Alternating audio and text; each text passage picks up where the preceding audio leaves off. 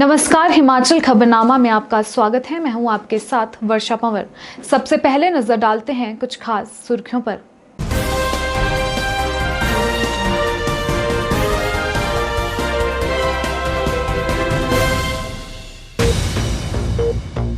मुख्यमंत्री जयराम ठाकुर ने राजकीय बहुतकनीकी महाविद्यालय सुंदरनगर में छात्रावास का किया लोकार्पण।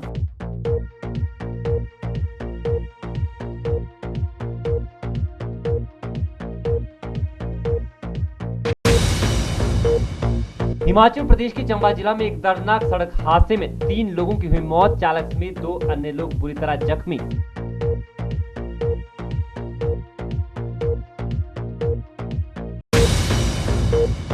शहरी विकास मंत्री सुरेश भारद्वाज ने वार्ड नंबर 4 अनाडेल में आपका विधायक आपके द्वार कार्यक्रम के दौरान सुनी लोगों की समस्याएं। अधिकतर समस्याओं का मौके पर किया निपटारा।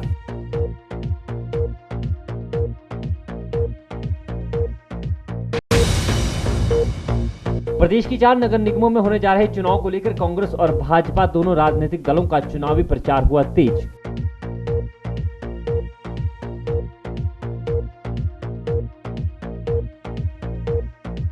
सुर्खियों के बाद अब खबरें विस्तार से। मुख्यमंत्री जयराम ठाकुर ने जिला मंडी के सुंदरनगर में 3 करोड़ 25 लाख रुपए की लागत से निर्मित राजकीय बहुतकनीकी महाविद्यालय के कन्या छात्रावास का लोकार्पण किया। इस अवसर पर मुख्यमंत्री ने कहा कि यह कन्या छात्रावास 16 महीनों की रिकॉर्ड अवधि में बनकर तैयार हुआ है, जिसके लिए उन्होंने निष्पादन एजेंसी BSNL के प्रयासों की सराहना की।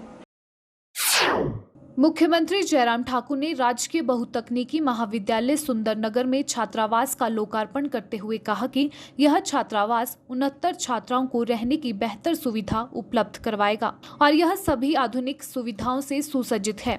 इस छात्रावास के निर्माण से बहुतकनीकी महाविद्यालय की छात्राओं की लंबित मांग पूरी हो गई है। मुख्यमंत्री ने कहा कि वर्तमान राज्य सरकार प्रदेश में शैक्षणिक संस्थानों को सुदृढ़ करने के लिए संकल्पबद्ध है ताकि विद्यार्थियों को बेहतर शैक्षणिक सुविधाएं उपलब्ध हों।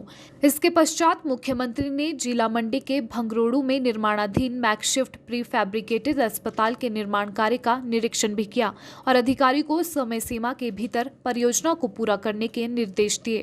गर्ल्स हॉस्टल का काम जो है वो पिछले 2018 से हमने इसको शुरू किया था। हालांकि फाउंडेशन स्टोन पहले किया था, लेकिन बजट प्रोविजन वगैरह सारी फॉर्मेलिटीज वगैरह की बात में हुई और आज बन करके ये तैयार हुआ है और इसमें 69 जो है वो बेड कैपेसिटी होगी और छात्राओं के लिए ये एक बहुत बड़ी सुविधा यहाँ पर सुंदरनगर में आज जो हमारा राजकीय बहुतकनीकी संस्थान सुंदरनगर है उसमें ये उपलब्ध हुई है। मैं स्थानीय विधायक को बधाई देता हूँ और मैं समझता हूँ कि हमारा ये भवन जो है वो छात्राओं को रहने के लिए जो है बहुत बेहतरीन सुविधा यहाँ पर उपलब्ध कराएगा। शिमला शहर में स्मार्ट सिटी व अमृत परियोजनाओं के तहत 9,000 करोड़ रुपए के विभिन्न विकास परियोजनाओं के लिए गत माह निविदाएं आमंत्रित कर कार्य शुरू कर दिया गया है। यह जानकारी शहरी विकास मंत्री सुरेश भारद्वाज ने अनाडेल वार्ड नंबर 4 में आपका विधायक आपके द्वार कार्यक्रम की अध्यक्षता करते हुए उपस्थित जनसमूह को संबोधित करते हुए दी। इस दौरान सुरेश भारद्वाज ने वार्ड की जनता की समस्याओं को सुना व अधिकांश का मौके पर ही निपटारा किया। शेष समस्याओं को संबंधित विभागों के अधिकारियों को जल्द निपटारे के आदेश दिए। शहरी विकास मंत्री सुरेश भारद्वाज ने अनाडेल वार्ड नंबर 4 में आपका विधायक आपके द्वार कार्यक्रम की अध्यक्षता करते हुए कहा कि गवाही गांव की सड़क निर्माण का कार्य मई माह तक पूरा हो जाएगा। उन्होंने बताया कि अनाडेल से सेहर गांव तक एम्बुलेंस रोड का सर्वे संबंधित अधिकारियों द्वारा किया गया, जिसकी फॉरेस्ट क्लियरेंस मिलने के उपरांत ही कार्य शुरू किया जाएगा। उन्होंने कहा कि राजकीय उच्च पाठशाला को वरिष्ठ माध्यमिक पाठशाला स्तरोन्नत करने के लिए निर्धारित मापदंडों को पूरा करना अत्यंत आवश्यक है। ऐसे में उन्होंने स्थानीय जनता से स्कूल के लिए स्थान चिन्हित करने व निर्धारित मापदंडों को पूरा करने का आग्रह किया ताकि स्कूल को स्तरोन्नत किया जा सके। उन्होंने बताया कि शमशान घाट के मार्ग को चौड़ा व सुविधाजनक बनाने के लिए विधायक निधि से धन का प्रावधान किया गया है। उन्होंने संबंधित अधिकारियों को इस मार्ग को जल्द दुरुस्त करने के बारे में आवश्यक निर्देश दिए। सुरेश भारद्वाज ने बताया कि इस वार्ड में 100 गाड़ियों के लिए पार्किंग का जल्द निर्माण किया जाएगा ताकि सड़क किनारे खड़ी गाड़ियों से उत्पन्न समस्या से जनता को राहत मिल सके। वहीं हिमफैड के अध्यक्ष गणेश दत्त ने इस क्षेत्र में किए गए विकास कार्यों के लिए मंत्री का आभार प्रकट किया और उन्हें जन समस्याओं से अवगत करवाया। गुड फ्राइडे के बाद राजधानी शिमला में ईसाई समुदाय के लोगों द्वारा ईस्टर संडे बड़े ही धूमधाम से मनाया गया। मान्यता है कि आज के ही दिन प्रभु ईसा मसीह दोबारा जीवित हुए थे। ईस्टर संडे पर शिमला के रिज मैदान पर स्थित ऐतिहासिक क्राइस्ट चर्च में सुबह से ही प्रार्थना सभाओं का आयोजन किया गया, जिसमें लोगों के साथ साथ पर्यटकों ने भी हिस्सा लिया। इस मौके पर चर्च को खास तौर पर सजाया गया था। राजधानी शिमला के रिज मैदान पर स्थित ऐतिहासिक क्राइस्ट चर्च में ईसाई समुदाय के लोगों द्वारा ईस्टर संडे बड़े ही धूमधाम से मनाया गया। क्राइस्ट चर्च के पादरी सोहन लाल ने बताया कि आज के ही दिन प्रभु ईसा मसीह पुनः जीवित हुए थे और अपने शिष्यों को दर्शन दिए थे और इस दिन को ईसाई समुदाय के लोगों द्वारा खुशी के साथ मनाया जाता है। ईसाई धर्म की मान्यताओं के अनुसार गुड फ्राइडे के दिन ही रोमन अत्याचारियों ने ईसाइयों के प्रभु ईसा मसीह पर बहुत सी यातनाएं करने के बाद उन्हें सूली पर लटका दिया था, जिससे उनकी मौत हो गई थी। लेकिन 3 दिन बाद ईस्टर के दिन ही चमत्कारिक रूप से प्रभु ईसा मसीह फिर से जीवित हो गए थे। यही वजह है कि गुड फ्राइडे के ठीक 3 दिन बाद ईसाई धर्म के लोग प्रभु ईसा मसीह के दोबारा जीवित होने की खुशी में ईस्टर संडे के रूप में मनाते हैं। इस दिन ईसाई लोग प्रभु ईसा मसीह को याद करते हैं। प्रभु यीशु मसीह गुड फ्राइडे के दिन जिसे क्रूस पर चढ़ाया गया था, यानी शुक्रवार के दिन, और वो मारा गया था और उसके बाद उसे कब्र में रखा गया, गाड़ा गया था, और आज के दिन वो सुबह सवेरे ही जी उठा था। जैसे उन्होंने पहले ही अपने मरने से पहले कहा था कि मैं तीसरे दिन जी उठूंगा, और आज के दिन वो जी उठा था। और जब आज के दिन वो चेले और कुछ लोग वहां पर उसे देखने के लिए गए, और जी उठने के बाद उन्होंने मरियम को दर्शन दिए और चेलों को, 11 चेलों को दर्शन दिए, और 40 दिन तक उस पृथ्वी पर जीवित रहे और लोगों ने उन्हें देखा, उनके साथ तो रहे, और 40 दिन के बाद वो जीवित बादलों पर उठा लिए गए। और आज का दिन सारी क्रिश्चियन कम्युनिटी के लिए बड़ा, बल्कि पूरे मनुष्य जाति के लिए बड़े आनंद और खुशी का दिन है कि जो पाप के कारण मौत इस संसार में आई थी, और हर मनुष्य उस मौत से बचना चाहता है, डरता है, और वो हर एक जीवन के लिए तलाश में है।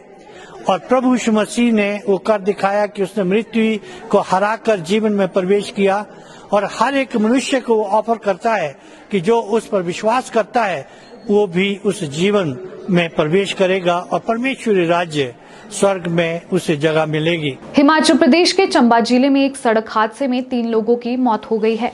जानकारी के अनुसार सिहोता से द्रमण की तरफ जाने वाली सड़क पर लौद्रगढ़ के पास एक कार पलट गई। कार में सवार 5 लोगों में से 3 महिलाओं की मौके पर ही मौत हो गई। चालक समेत 2 अन्य लोग बुरी तरह जख्मी हैं। बता दें कि कार सवार सभी लोग जातर लेकर मनसा माता के मंदिर जा रहे थे। इसी दौरान लौद्रगढ़ के पास कार अनियंत्रित होकर सड़क पर पलट गई। पुलिस चौकी संयुक्ता टीम की ओर से घायलों को अस्पताल पहुंचाया गया। हादसे के कारणों का पता नहीं चल पाया है, पुलिस जांच कर रही है। हिमाचल परिवहन मजदूर संघ का 16वां त्रैवार्षिक प्रादेशिक अधिवेशन बिलासपुर में आयोजित किया गया। अधिवेशन में प्रदेश के परिवहन, श्रम एवं उद्योग मंत्री बिक्रम सिंह ठाकुर ने बतौर मुख्य अतिथि शिरकत की। बिलासपुर सदर विधायक सुभाष ठाकुर कार्यक्रम में विशेष अतिथि के रूप में मौजूद रहे। इस अवसर पर परिवहन मजदूर संघ के सदस्यों ने परिवहन मंत्री के समक्ष अपनी विभिन्न मांगे रखी। वहीं परिवहन मंत्री ने मांगों पर जल्द सकारात्मक फैसला लेने का आश्वासन दिया। भारतीय मजदूर का जो हमारी परिवहन शाखा है उसका 16वां अधिवेशन आज बिलासपुर में हुआ है। आज मुझे इन्होंने बुलाया था और इस अधिवेशन के माध्यम से हम किस प्रकार से अपने अपने क्षेत्र के अंदर काम करें, डिमांड्स ओरिएंटेड होता है, क्योंकि जिस समय जो मजदूर संघ है हमारा, उसने जो मेरा जो मजदूर काम कर रहा है उसको किस तरीके से काम करवाना है, उसको क्या क्या चाहिए। मुझे बड़ी खुशी है कि आज मुझे यहाँ बुलाया गया। यहाँ पर कुछ बातें इन्होंने रखी हैं और मैंने उन बातों को ध्यान से सुना है, और मुझे ऐसा लगता है कि सरकार की और भारतीय मजदूर संघ की आपसी एक अच्छी कोऑर्डिनेशन के साथ मजदूरों की जो मांगे हैं उनको ठीक किया जाएगा। ऐसा मैं मानता हूँ। नगर निगम चुनावों को लेकर भारतीय जनता पार्टी ने घोषणा पत्र जारी कर दिया है। भाजपा प्रदेश अध्यक्ष सुरेश कश्यप ने प्रदेश भाजपा प्रभारी अविनाश राय खन्ना, कांगड़ा चंबा संसदीय क्षेत्र से लोकसभा सदस्य किशन कपूर, वन मंत्री राकेश पठानिया और भाजपा प्रदेश मुख्य प्रवक्ता रणधीर शर्मा सहित पार्टी के अन्य पदाधिकारियों की उपस्थिति में चुनावी घोषणा पत्र जारी किया। इस अवसर पर भाजपा प्रदेश अध्यक्ष सुरेश कश्यप ने कहा कि पार्टी आने वाले 5 वर्षों में जो कार्य करने जा रही है उसके दृष्टिगत एक दृष्टि पत्र तैयार किया गया है, उसकी वह विधिवत रूप से लॉन्चिंग कर रहे हैं। उन्होंने प्रदेश के 4 नगर निगमों में चुनाव में भाजपा की भारी बहुमत से जीत का दावा किया। वैसे 4 नगर निगम के हमारे चुनाव हो रहे हैं और चारों की चारों नगर निगम जिस प्रकार से अभी चुनाव का दौर चला है और भारतीय जनता पार्टी के सभी लोग जिस प्रकार से इस चुनाव में लगे हैं, हम चारों कॉरपोरेशन जीतने की ओर आगे बढ़ रहे हैं और उसमें धर्मशाला भी हम भारी बहुमत से जीत रहे हैं। हमने इस बार क्योंकि चुनाव पार्टी सिंबल के ऊपर हो रहे हैं, उसके दृष्टिगत चारों की चारों कॉरपोरेशन में जो प्रमुख कार्य हमारी कॉरपोरेशन बनने के बाद जब हमारे मेयर डिप्टी मेयर इन चारों कॉरपोरेशन में बनेंगे तो एक विजन डॉक्यूमेंट तैयार किया है कि हम सभी वार्डों में किस प्रकार से आगे बढ़ेंगे, क्या क्या कार्य हमारी कॉरपोरेशन वहां पर करेगी। हम जानते हैं आज प्रदेश में हमारी सरकार है और 3 वर्ष का बेहतरीन कार्यकाल प्रदेश सरकार का पूर्ण हुआ है। हम जयराम ठाकुर जी जो हमारे मुख्यमंत्री उनके नेतृत्व में और विकास कर सकें और उसमें हमारे चारों कॉरपोरेशन भी भागीदार हों, उस दृष्टि से हम लोग आगे बढ़ रहे हैं। नादौन के विधायक एवं पूर्व कांग्रेस प्रदेश अध्यक्ष सुखविंदर सिंह सुक्खू ने कहा कि 7 अप्रैल को वोटिंग के बाद जब चुनावी परिणाम सामने आएंगे उसमें निश्चित तौर पर धर्मशाला में कांग्रेस की नगर निगम बनेगी। उन्होंने कहा कि पूर्व कांग्रेस सरकार द्वारा धर्मशाला में किए गए विकास कार्यों और 3.5 साल में भाजपा सरकार की विफलता को देखते हुए जनता कांग्रेस के पक्ष में मतदान करेगी और चारों नगर निगमों में चुनावी परिणाम कांग्रेस के पक्ष में होंगे। 7 तारीख को जो इस धर्मशाला म्यूनसिपल कॉरपोरेशन में जब वोटिंग होगी और वोटिंग के बाद ही शाम को जब परिणाम निकलेगा, मैं दावे के साथ कह सकता हूं कि जो हमारे ऑब्जर्वर्स की रिपोर्ट्स है और जो हमारे कार्यकर्ता यहां कार्य कर रहे हैं, निश्चित तौर पर धर्मशाला नगर निगम में कांग्रेस का मेयर बनेगा, कांग्रेस का डिप्टी मेयर बनेगा और कांग्रेस की नगर निगम बनेगी। लोगों की जो भावनाएं हैं और जो हमारे उम्मीदवार हैं, जहां हमारे सभी उम्मीदवार सहमति से बने हैं और सब लोगों की एक इच्छा है कि कांग्रेस पार्टी ने जो कार्य किए हैं उस कार्य के आधार पर और पिछले 3.5 साल से जो इस सरकार की नाकामी रही है उसके आधार पर हम ये कह सकते हैं कि कांग्रेस पार्टी निश्चित तौर पर धर्मशाला नगर निगम और 3 में हमारे ये मेयर कांग्रेस पार्टी का बनेगा। नगर निगम शिमला ने एक बार फिर शहर के जंगलों को सरकार से वापस निगम के पास सौंपने की मांग उठाई है। निगम कई सालों से सरकार से शहर के जंगलों को वापस निगम को सौंपने की मांग कर रहा है, लेकिन अभी तक सरकार से इस पर कोई मंजूरी नहीं मिली है। नगर निगम महापौर सत्या कौंडल ने बताया कि नगर निगम में जब से भाजपा काबिज हुई है तब से वे जंगलों को सरकार से वापस निगम के पास सौंपने की मांग उठा रहे हैं। उन्होंने कहा कि यह जंगल पहले भी निगम के पास थे और अभी भी निगम के पास होने चाहिए। नगर निगम शिमला ने एक बार फिर शहर के जंगलों को सरकार से वापस मांगा है। नगर निगम महापौर सत्या कौंडल ने बताया कि शहर के जंगलों को निगम के पास वापस लेने के लिए वे हाल ही में शहरी विकास मंत्री और मुख्य सचिव से भी बात कर चुकी हैं और जल्द ही इस मुद्दे को मुख्यमंत्री जयराम ठाकुर के समक्ष भी उठाया जाएगा। महापौर ने कहा कि वे पिछले 5 महीनों से लगातार शिमला शहर के जंगलों का जायजा भी ले रही हैं, लेकिन वन विभाग निगम के मुद्दों को सब कमेटी में नहीं भेज रहा है, जिससे निगम को शहर के चल रहे विकास कार्यों में काफी दिक्कतें पेश आ रही हैं। ऐसे में नगर निगम ने दोबारा सरकार से इन जंगलों को वापस लेने की मांग उठाई है। हम ये बनी और हमारा नगर निगम जो है बीजेपी का बना हुआ है, तो उससे हमारा यही प्रयास रहा है कि जो फॉरेस्ट फॉरेस्ट डिपार्टमेंट है वो पहले भी नगर निगम के पास था और आज भी नगर निगम के पास होना चाहिए। अभी हमने जो हाउस से एक प्रस्ताव पास किया है और सरकार को भेजा है। मेरी परसों भी माननीय अर्बन डेवलपमेंट मंत्री से और चीफ सेक्रेटरी साहब से ये बात हुई है कि जो फॉरेस्ट डिपार्टमेंट है जैसे पहले नगर निगम के पास था ये हमें वापस मिलना चाहिए, क्योंकि जो डेवलपमेंट के कार्य में हमें बहुत ही प्रॉब्लम्स आ रही है। अभी आपने देखा होगा पिछले 5-6 महीने से हम लगातार फॉरेस्ट इंस्पेक्शन कर रहे हैं, जिसकी कि मैं चेयरपर्सन भी हूँ। लेकिन बड़ी दुर्भाग्य की बात है कि उन इंस्पेक्शन के बाद फॉरेस्ट विभाग हमारे केस जो है सब कमेटी में नहीं भेज रहे हैं, इसी वजह से हमारा काम रुक रहा है। तो मेरा ये है कि मैं पूरी सदन से रिक्वेस्ट करूँगी कि हम पूरा सदन, चाहे वो बीजेपी के पार्षद है, चाहे सीपीएम के है, चाहे हमारे पार्षद है, हम सब मिलके अर्बन डेवलपमेंट मंत्री जी की अध्यक्षता से सीएम साहब को मिलेंगे कि जी हमारे को जो है फॉरेस्ट विभाग पहले भी हमारे पास था और आज भी हमें वापस। बुनियादी शिक्षा के साथ साथ बच्चों को प्रतियोगी परीक्षाओं के लिए तैयार करने की राजकीय वरिष्ठ माध्यमिक पाठशाला कलहेज की पहल इन दिनों सुर्खियों में है।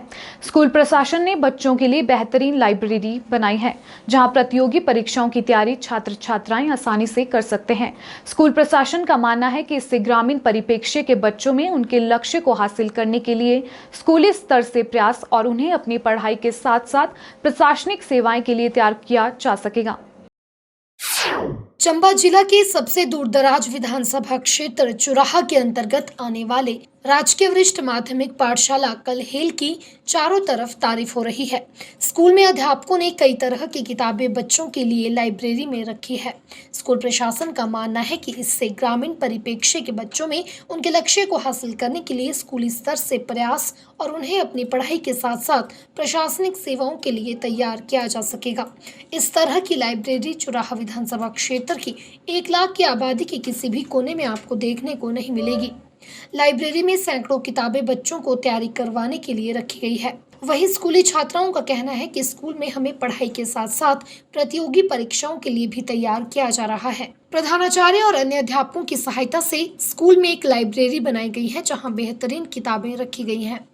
छात्र जो तैयारी 12वीं के बाद करते हैं उसकी शुरुआत उन्हें स्कूल स्तर से ही करवाई जा रही है, ताकि प्रतियोगी परीक्षा में आसानी से बच्चे उन्हें पास कर सकें।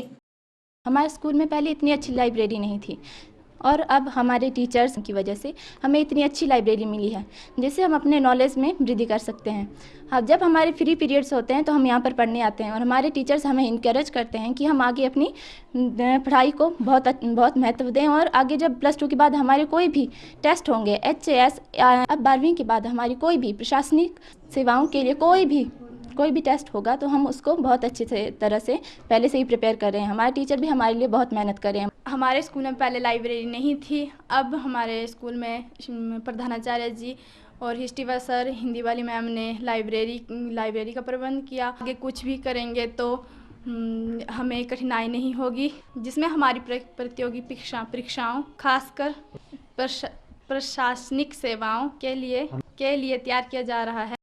अगर हम यहाँ से +2 करके कहीं बाहर जाते हैं तो हम IPS HAS की प्रतियोगी परीक्षा में बैठते हैं तो हमें वहाँ हमें वो परीक्षाएं पास करने में कोई कठिनाई ना हो, इसीलिए हमें यहाँ पर पहले से ही तैयारियाँ करवाई जा रही हैं।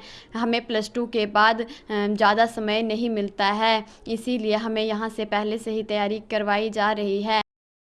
वहीं दूसरी ओर स्कूल के लेक्चरर योगराज का कहना है कि जहां एक तरफ हम बच्चों को पढ़ाई करवाते हैं तो वहीं दूसरी ओर पढ़ाई के साथ साथ बच्चों को प्रतियोगी परीक्षाओं के लिए भी तैयार किया जा रहा है, ताकि बच्चे स्कूल का नाम रोशन कर सकें। योगराज के मुताबिक अगर बच्चे अभी से तैयारी करेंगे तो आने वाले समय में बच्चों को तैयारी करने के लिए कहीं और नहीं जाना पड़ेगा और उनका समय बचेगा। अपने प्रधानाचार्य के सहयोग से श्री करमचंद देओल जी के सहयोग से जो है एक प्रिंसिपल्स की जो मीटिंग बुलाई थी, हमारे 11 सीनियर सेकेंडरी स्कूल पढ़ते हैं, कि स्कूलों में जो है हम बच्चों को जो शिक्षा दे रहे हैं उसके साथ साथ जो है बच्चों को कैसे आगे कंपटीशन एग्ज़ामों में भी जो है उनको आगे बढ़ने का मौका मिले। इसके लिए सबसे पहले प्रयास हमारा यही रहेगा कि जो स्कूलों में किताबें काफ़ी है और बच्चों को उनकी किताबों को पढ़ने के प्रति कैसे आदत डालनी है, कैसे कंपटीशन के एग्ज़ामों में उन बच्चों को आगे ले जाना है, ये हमारी सबसे प्राथमिकता है अब। कि स्कूली शिक्षा तो बच्चे ग्रहण करते हैं, लेकिन उसके बाद जो है बच्चे कंपटीशन एग्ज़ामों में पिछड़ जाते हैं। लेकिन अब हमने एक स्टेप उठाया कि हम बच्चों को जो इस लाइब्रेरी में जितने भी कंपटीशन के एग्ज़ाम होते हैं उनकी सभी किताबें जो बच्चों को प्रोवाइड करवाएंगे। वहीं स्कूल के प्रधानाचार्य केसी देओल का कहना है कि स्कूल में बनाई गई लाइब्रेरी से बच्चों को प्रशासनिक सेवाओं के लिए तैयारी करवाई जा रही है, ताकि बच्चे अपनी शिक्षा के साथ साथ प्रतियोगी परीक्षाओं की भी तैयारी स्कूल की लाइब्रेरी में कर सकें। आने वाले समय में बच्चों को इसका लाभ मिलेगा। हालांकि हमारा प्रयास है कि हमारे स्कूल के अधिकतर बच्चे प्रशासनिक सेवाओं में जाएं, ताकि वे प्रदेश का नाम रोशन कर सकें। हमने गवर्नमेंट सीनियर सेकेंडरी स्कूल कलेहल में एक लाइब्रेरी सेटअप की है। लाइब्रेरी में हमने बहुत सी बुक्स जो है सामान्य ज्ञान की बुक्स रखी हैं, जनरल नॉलेज की हैं, और अभी हमारे पास जो है डिस्ट्रिक्ट लाइब्रेरी से भी बहुत ही अच्छी किताबें जो हैं हमें अलॉट की गई हैं। तो ये सारी की सारी जो सुविधा हमने दी है बच्चों के लिए, ताकि बच्चे जो है वो सामान्य ज्ञान ले सकें, जनरल नॉलेज का उनका बेस अच्छा बन सके, ताकि वो अच्छे कंपटीशन जो है वो फाइट कर सकें, क्योंकि आने वाला समय जो है वो कंपटीशन का ही है। तो हम ये चाहते हैं कि बच्चों को हर टाइप की सुविधा मिले। इवन कि हमारे पास लाइब्रेरियन की कोई पोस्ट नहीं है, तो मैं तो यही चाहता हूँ कि लाइब्रेरियन की पोस्ट हो, जिसकी वजह से हमारी लाइब्रेरी बहुत ही अच्छे ढंग से चल सके। जबकि हमने एक हमारी LT मैडम है जो अपनी क्लासेस के साथ साथ लाइब्रेरी को भी हैंडल करती हैं और बच्चों को अपनी इशू करती हैं बुक्स को, और बच्चे भी बहुत अच्छे इंटरेस्ट से लाइब्रेरी में बैठ के स्टडी करते हैं। अखिल भारतीय विद्यार्थी परिषद जिला की बैठक नूरपुर में संपन्न हुई। इस अवसर पर अखिल भारतीय विद्यार्थी परिषद के प्रांत अध्यक्ष डॉक्टर सुनील ठाकुर बतौर मुख्य अतिथि शामिल हुए। बता दें, डॉक्टर सुनील ठाकुर वर्तमान में केंद्रीय विश्वविद्यालय के विभाग अध्यक्ष हैं। इस दौरान ABVP नूरपुर नगर अध्यक्ष वरुण ने बताया कि वर्तमान में जो भी समाज के उत्थान के लिए कार्य किए जा रहे हैं उसमें अखिल भारतीय विद्यार्थी परिषद की प्रमुख भूमिका रही है। वहीं उन्होंने बताया कि बैठक का मुख्य उद्देश्य पूर्व कार्यकर्ताओं को पुनः संगठित करना व ABVP द्वारा जो भी गतिविधियां चलाई जा रही हैं उन विषयों पर मंथन करना है।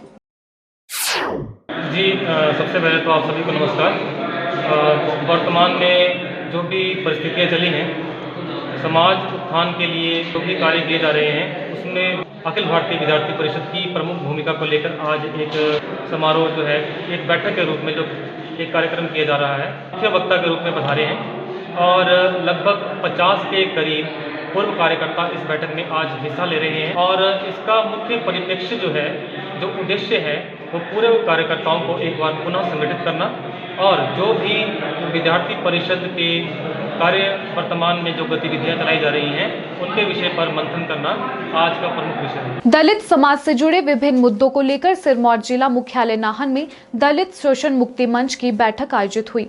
इस जिला स्तरीय बैठक में मंच के पदाधिकारियों ने दलित समाज से जुड़े अनेकों विषयों पर गहन चर्चा की। दलित शोषण मुक्ति मंच के जिला संयोजक आशीष कुमार ने बताया कि बैठक में मुख्य रूप से दलितों के साथ बढ़ते अत्याचारों के मामलों पर चर्चा की गई। उन्होंने कहा कि आए दिन देश व प्रदेश में दलित समाज से जुड़े लोगों के साथ शोषण के मामले बढ़ते जा रहे हैं, जो बेहद चिंतनीय है। दलित शोषण मुक्ति मंच ने मांग की है कि ST/ST एक्ट को प्रभावी तरीके से लागू किया जाना चाहिए। दलित शोषण मुक्ति मंच जिला कमेटी की जो बैठक हो रही है, इस बैठक का जो मुख्य उद्देश्य हमारा है तो 14 अप्रैल जो अंबेडकर जयंती आ रही है उसको हम एक संविधान दिवस के रूप में पूरे सिरमौर के अंदर मना रहे हैं। और दूसरा, अभी आपने देखा है कि आए दिन दलितों के ऊपर लगातार जो शोषण और अत्याचार बढ़ रहे हैं उस विषय के ऊपर भी यहाँ पे चर्चा की जा रही है। चाहे वो सिरमौर के अंदर श्यामलात जमीन को लेकर है, क्योंकि श्यामलात जमीन में दलितों की भागीदारी ना के बराबर है। अभी आए दिन चाहे वो बलात्कार की घटना हो, चाहे उत्पीड़न की घटना हो, चाहे मार पिटाई की घटना हो, चाहे यहाँ तक कि अब तो कुछ एक राज्यों के अंदर हम ये देख रहे हैं कि जो दलित लोगों को अगर घोड़ी के ऊपर बैठे हैं दूल्हे को उतार के उसको पीटा जा रहा है। और इस तरह की घटना है। हमारा जो जिला सिरमौर है वो भी एक केंद्र बना हुआ है। हमारे चाहे शिलाई है, रेणुका क्षेत्र है या आपका जो गिरिपार का क्षेत्र है, वहाँ पर इस तरह के उत्पीड़न बहुत अत्यधिक देखने को मिलते हैं। तो दलित शोषण मुक्ति मंच आज इन्हीं मुद्दों के लेकर चर्चा कर रहा है और SC/ST एक्ट को जो हम ये मांग कर रहे हैं कि इसे प्रभावी प्रभावी तरीके से लागू किया जाए, क्योंकि हमारा ये मानना है कि दलित शोषण मुक्ति मंच एक कोई जातिगत संगठन नहीं है, इसमें सभी वर्गों के लोग हैं और जो शोषण चाहे किसी भी वर्ग का हो, चाहे एससी वर्ग से कोई लोग आता है, चाहे स्वर्ण वर्ग से आता है, शोषण के खिलाफ आवाज उठाने के लिए दलित शोषण मुक्ति मंच ने हमेशा कार्य किया है। इसमें कोई जातिगत भेदभाव के आधार पर किसी व्यक्ति के खिलाफ ना आवाज उठाई जाती है। एक व्यापक मंच है, इसमें सभी लोगों को एक मंच पर लाकर, जो कि प्रगतिशील विचारधारा के लोग हैं, जो ये मानते हैं कि दलितों के साथ जो भेदभाव नहीं होना चाहिए, उन सभी लोगों को एक मंच पे लाकर दलितों के पक्ष में जो नीतियां बनाने के लिए और जो संविधान के जो सही मूल्य है उनको लागू करने के लिए हम ये मंच कार्य करता है। और आज इन्हीं उद्देश्यों को लेकर मीटिंग करी है। और दूसरा हमारा जो मांग है कि हर जिला मुख्यालय के अंदर जो संविधान की जो प्रस्तावना है, 14 अप्रैल को अम्बेडकर जयंती भी आ रही है, हम मांग कर रहे हैं कि संविधान की जो प्रियम्बल है, प्रस्तावना है, हर जिला मुख्यालय पे उस संविधान की प्रस्तावना को लगाना चाहिए।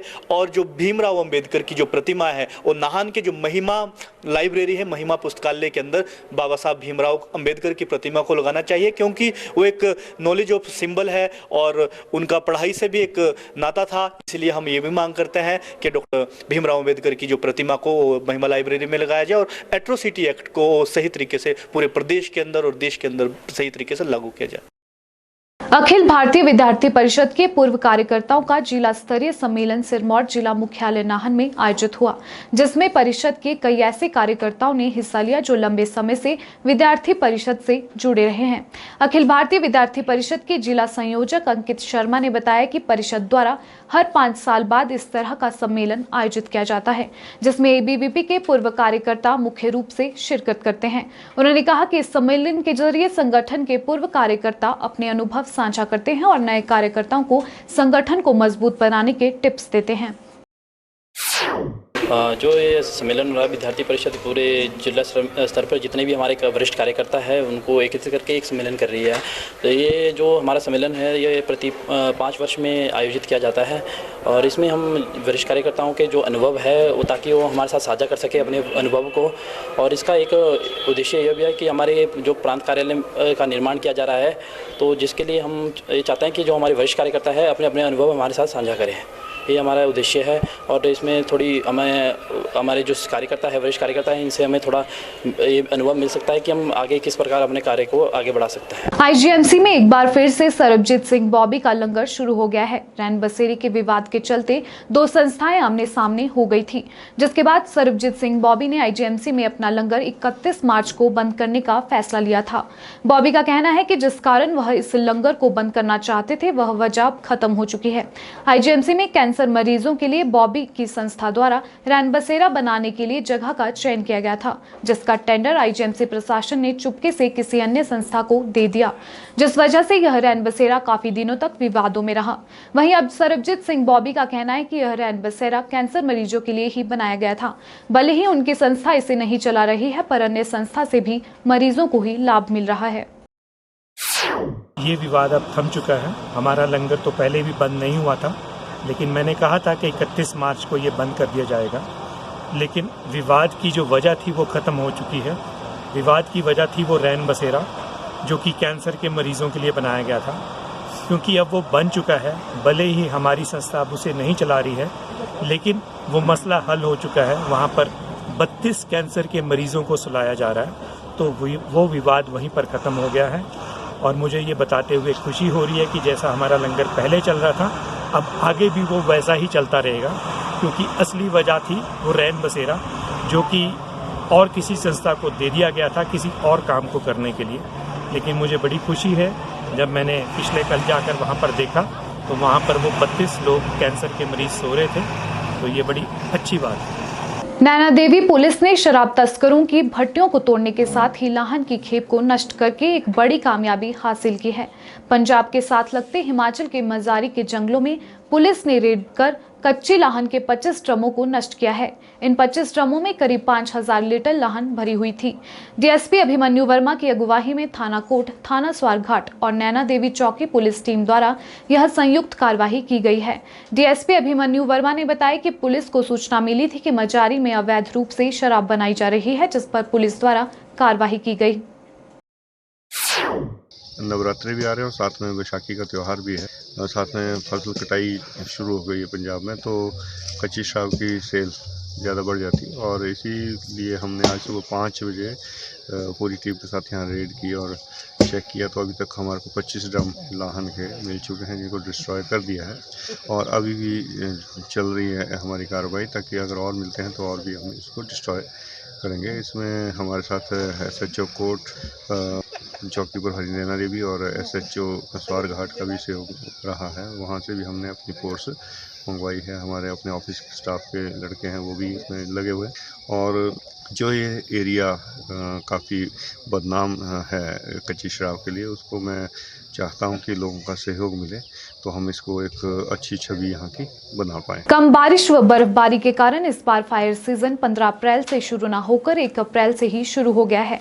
अग्निशमन विभाग के divisional fire officer Dharamchand Sharma ने बताया कि इस बार सर्दियों के मौसम में कम बारिश व बर्फबारी होने के कारण जंगलों में आग लग रही है। ऐसे में उन्होंने लोगों से सावधानी बरतने की अपील की है।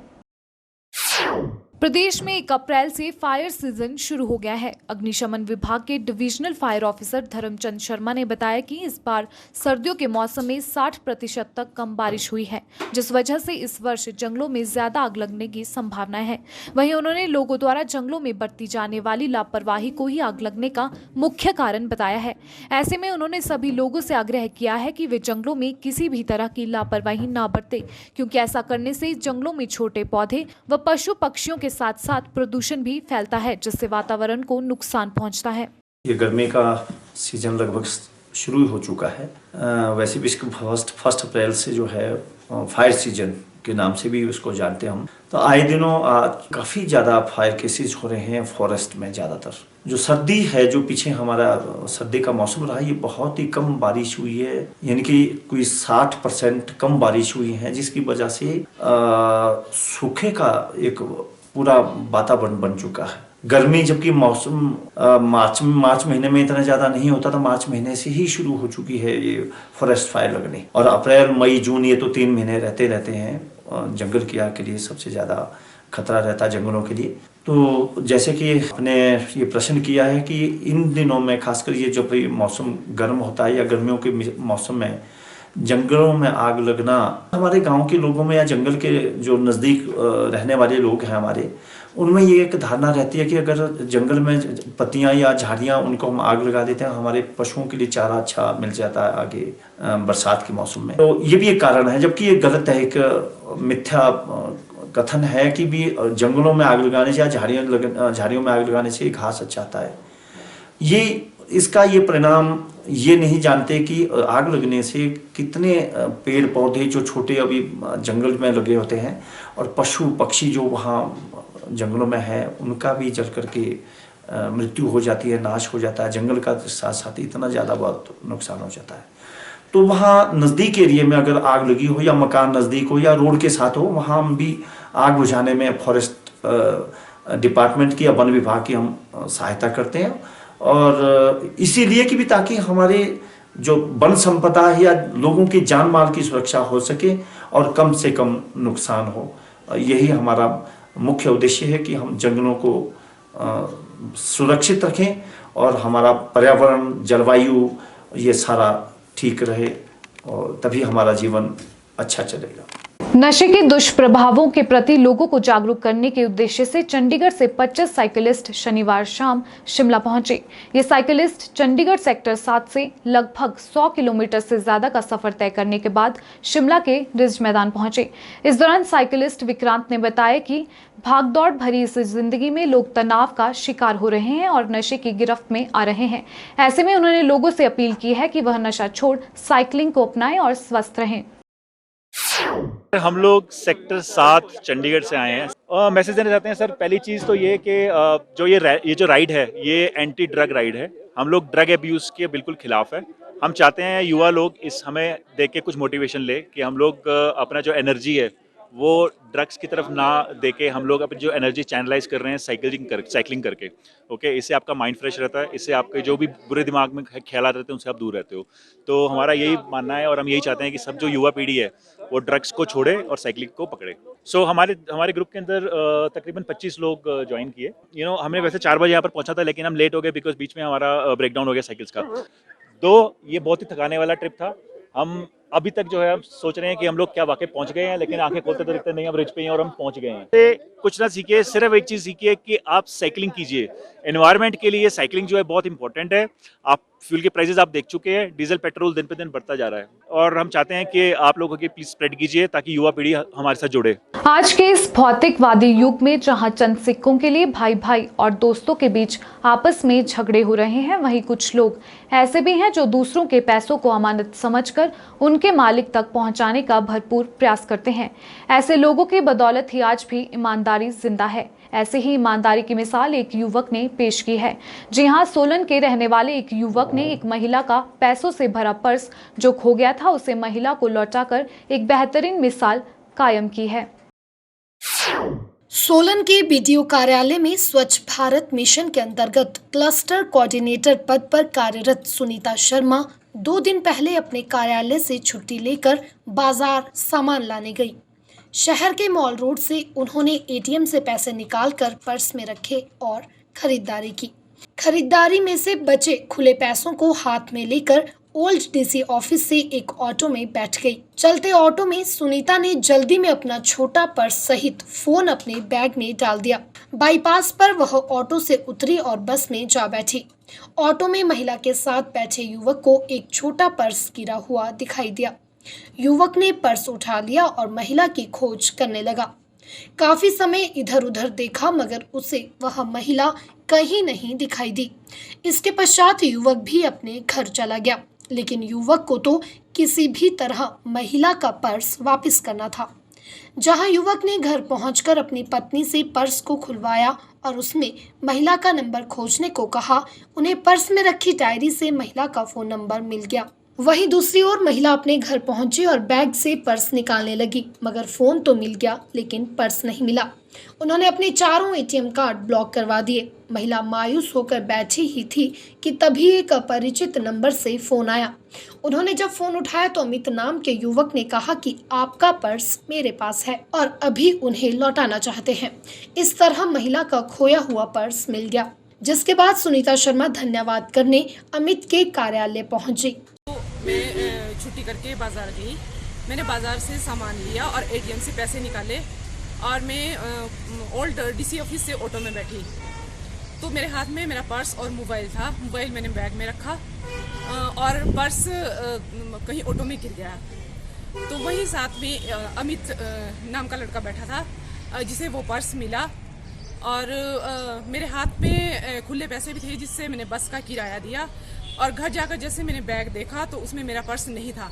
मेरे पर्स में 14,000 रुपये, सोने की अंगूठी और 4 एटीएम, 2 यूको बैंक के, एक SBI का और एक PNB का एटीएम कार्ड था। और उसमें एक मेरी पर्सनल डायरी भी थी जिसमें मेरी पूरी डिटेल लिखी थी।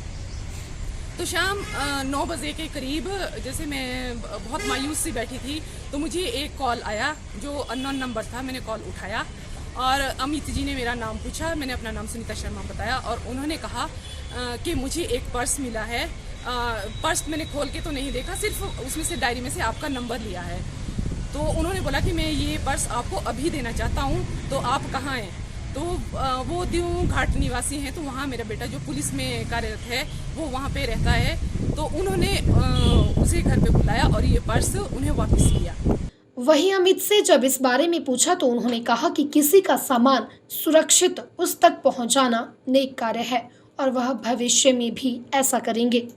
प्रदेश के साथ लगते मैदानी इलाकों में गर्मी बढ़ने लगी है। वहीं राजधानी शिमला में भी तापमान में हल्की बढ़ोतरी हुई है। वहीं मौसम विभाग से प्राप्त जानकारी के अनुसार प्रदेश में मौसम एक बार फिर करवट बदलेगा। मौसम विभाग की माने तो 5 अप्रैल से पश्चिमी विक्षोभ सक्रिय होगा, जिसका असर 7 अप्रैल तक रहेगा। हिमाचल प्रदेश में 5 अप्रैल से मौसम करवट बदलेगा। पश्चिमी विक्षोभ का असर आगामी 7 अप्रैल तक रहेगा। मौसम विभाग से प्राप्त सूचना के अनुसार 5 अप्रैल को पश्चिमी विक्षोभ का असर ज्यादा नहीं होगा, लेकिन 6 और 7 अप्रैल को इसका ज्यादा असर होगा, जिस वजह से प्रदेश के ऊपरी क्षेत्रों में बर्फबारी और निचले और मध्य पर्वतीय क्षेत्रों में बारिश होने की संभावना है। हिमाचल खबरनामा के इस अंक में इतना ही। नमस्कार।